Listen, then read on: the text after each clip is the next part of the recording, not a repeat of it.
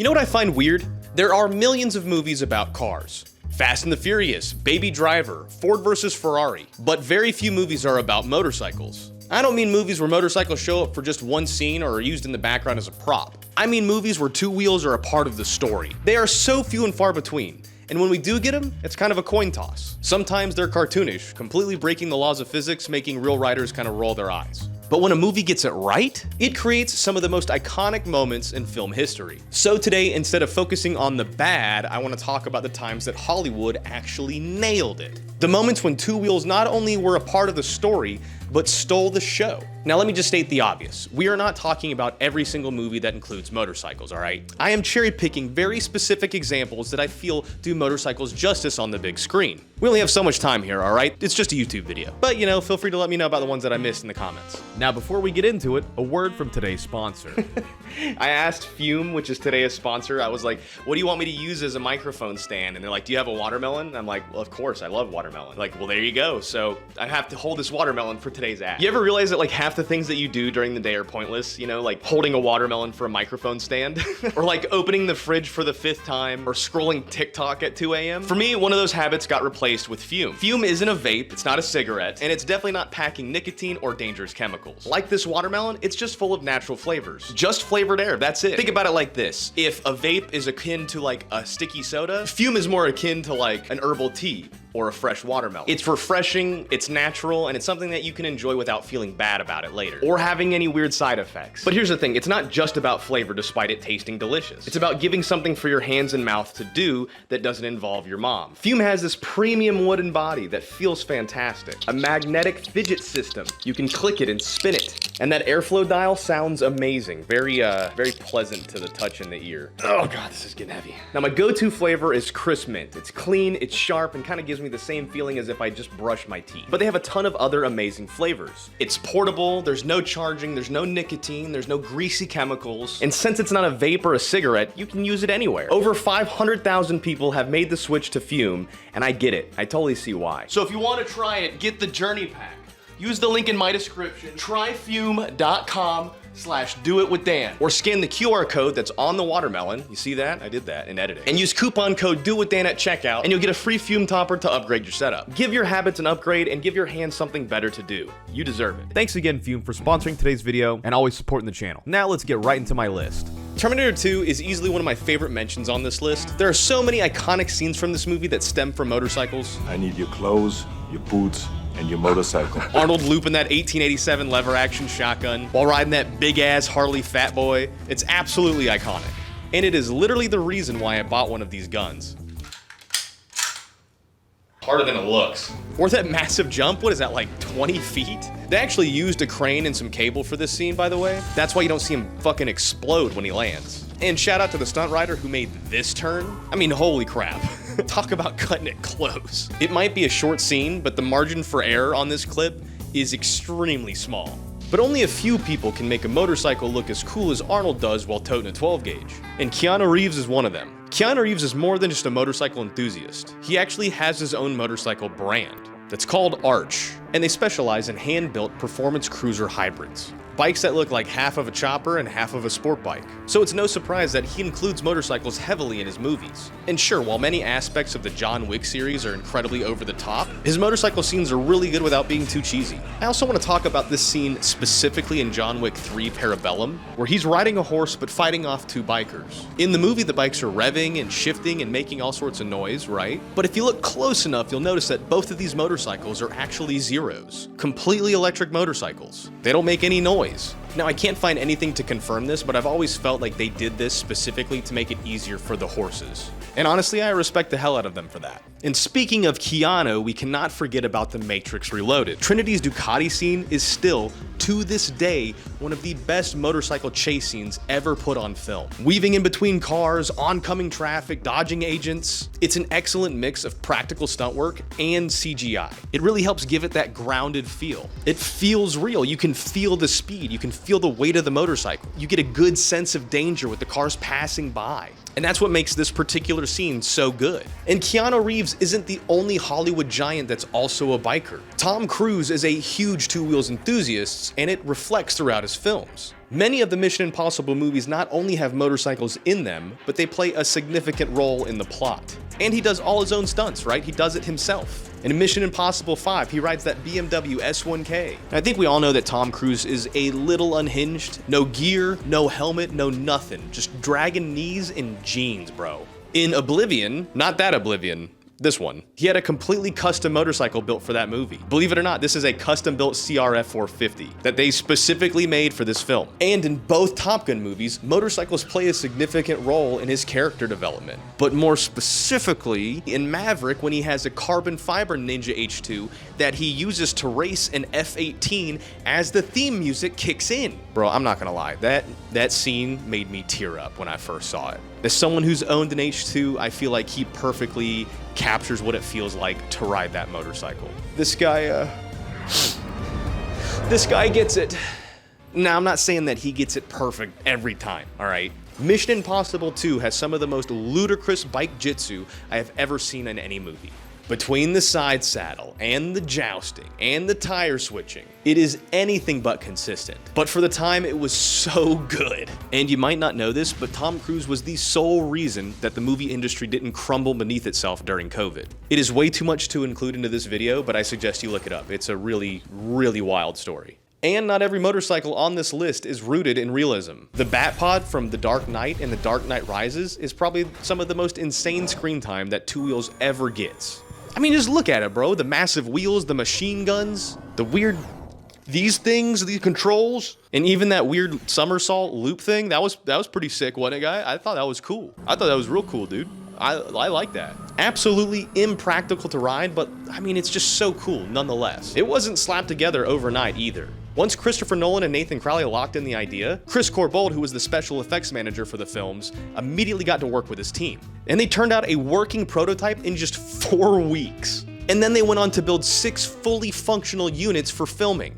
The stunt rider, Jean-Pierre Goy, spent months learning how to ride it reliably. It was not cheap or easy. And they did all of that for less than 15 minutes of screen time between 2 films. That is ridiculous, dude. Like, when you put it into that perspective, that's stupid, right? But look how cool it was! Now, this one's gonna be controversial, but Ghost Rider made the list, okay? Yeah, alright, this movie is kinda goofy. But come on, man, a flaming skull riding a custom hardtail chopper? That is so metal. And the bike itself looks super sick. Like, through the whole movie, it looks good. Even with the cheesy, crappy CGI they had back then. No, it's not a perfect film, but it fully commits to the idea of a motorcycle being a character. Not to mention that this movie literally saved Marvel, alright? A lot of people like to attribute the success of Marvel to Iron Man. But it was Ghost Rider's success that allowed them the budget and the confidence to greenlight the Iron Man movie. That's right, Nicolas Cage rode so Robert Downey Jr. could fly. Let's ride. Oh, what was that? Say what? You thought what? You thought we weren't gonna talk about biker boys? Shit. Yo, this fool thought we weren't gonna talk about biker boys. Lawrence Fishburne, Kid Rock, and others? Listen, man, Biker Boys is a staple in motorcycle cinematography. It is literally the Fast and the Furious of the motorcycle community. Its filming, its music, its pacing, its style, the way the characters are written. I often like to imagine what the world would be like if Biker Boys blew up and saw equal success as the Fast and Furious series. I think by now we would have Hayabusas on the moon. Like, just imagine Lawrence Fishburne or Kid Rock in place of Vin Diesel.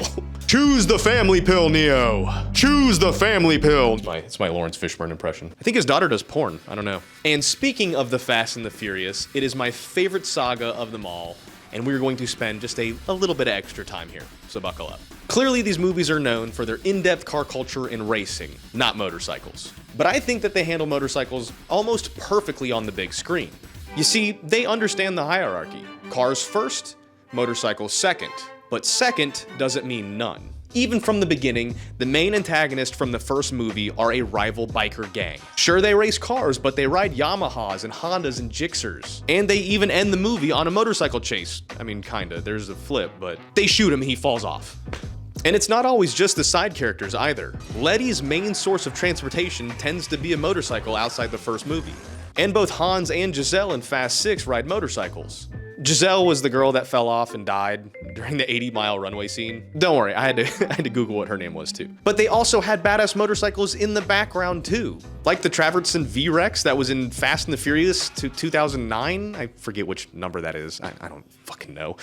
These things were custom built in Florida by a guy named Christian Travert. They had a double wishbone swing arm design as well as being powered by V-Rod motors. There's a Harley motor that was built by Porsche. It's like the only water-cooled motor ever. It's a great platform. It really is. Or the Confederate Hellcat X132 that was in Fast 10. This thing gets like 3 seconds of screen time, but it's one of the coolest motorcycles in the entire series. They're completely custom World War II inspired motorcycles. They're like 60 to 100 grand, and it's just sitting there.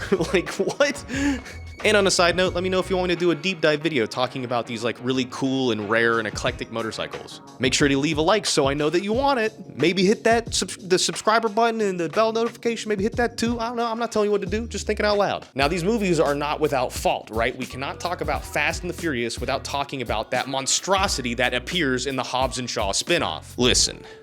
You may not have put this together yet, but I am violently autistic when it comes to the Fast and the Furious series. It's not something I'm proud of, but I have probably seen every single one of these movies at least a dozen times or so. So believe me when I tell you that this shit right here, this pisses me off. This go-go gadget, mighty morphin transformational bullshit. What is this? Why would they do that?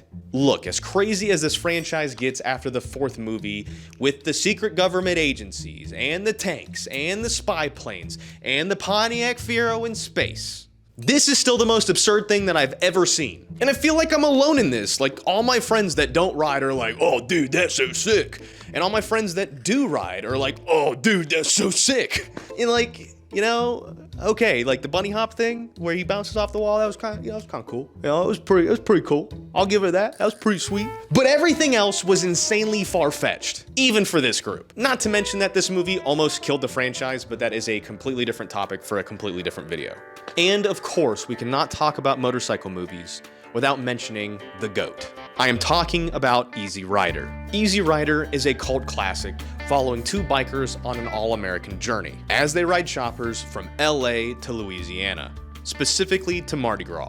Now, if you haven't seen it, I highly suggest watching it. It was filmed in the 60s, so it can be kind of a rough watch if you're used to modern movies. You know, the pacing is a lot different. But it captured the spirit of rebellion and freedom and alienation of its time perfectly. Its long and quiet scenes do a great job at capturing the feeling of isolation as they travel through the desolate flyover states of America. There are long segments of the movie where Wyatt and Billy, who are the main characters of the movie, don't speak a word, but communicate effectively, showcasing the type of relationship that you can only build when spending vast amounts of time with someone. It was also extremely political. Free Ride came out in 1969, when the Vietnam War was at its peak. Wyatt and Billy represent the free-spirited, anti-establishment youth, riding across a country that is deeply divided on what freedom means. Their drug deal at the beginning of the film is what bankrolls the whole journey. Capitalism. And the open road is their escape from a system that they don't believe in. Throughout the film, the pair faces hostility from the locals. Traditional America feared and rejected their counterculture. It was also one of the first films to use rock music as a narrative tool. The music was carefully chosen to represent the characters' emotions, their worldviews, and the social counterculture that they represent. Most films of the time used original scores specifically written for the film. And then there's the ending, which I would love to tell you spoiler alert, but let's be honest, the movie is almost 60 years old now. They get fucking murdered by 2 hicks in a pickup truck. At first, it seems completely random and senseless, and it's incredibly jarring. But their murder isn't really random. It is a violent reflection of who they are and what they stood for. And this right here is the reason why they don't make movies about motorcycles anymore. Because this movie absolutely nailed it. It is rooted in history, in time. They literally could not do this again. It perfectly encapsulated what riding is, or what it was. The freedom, the independence, the isolation, and the danger. Nothing about Easy Rider was easy. And that is the point. True freedom is not easy. And it's not without its danger or consequences. It's just something that today's modern TikTok bikers could not and would not comprehend. Lightning in a bottle, as they say.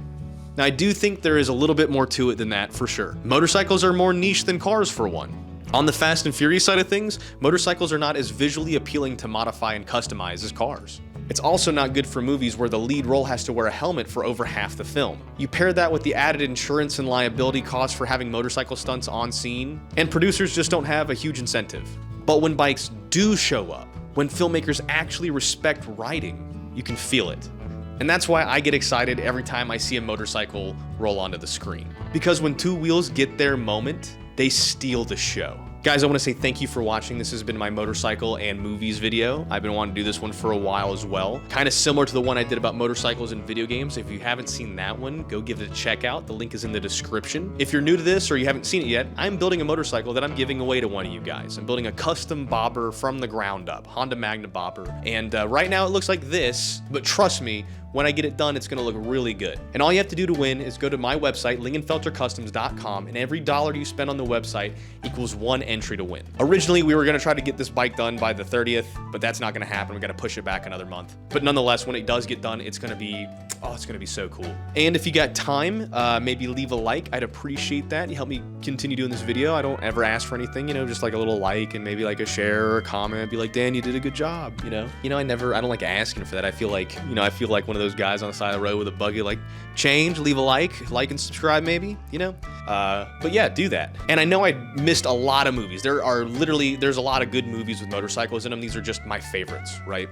Tell me some of your favorite motorcycle movies or scenes about motorcycles in movies that you can think that I didn't touch on. I'm really looking for engagement from you guys here. But as always, guys, thank you for watching. I love and appreciate you, every single one of you, even you right now. And I will see you guys in the next one. Okay.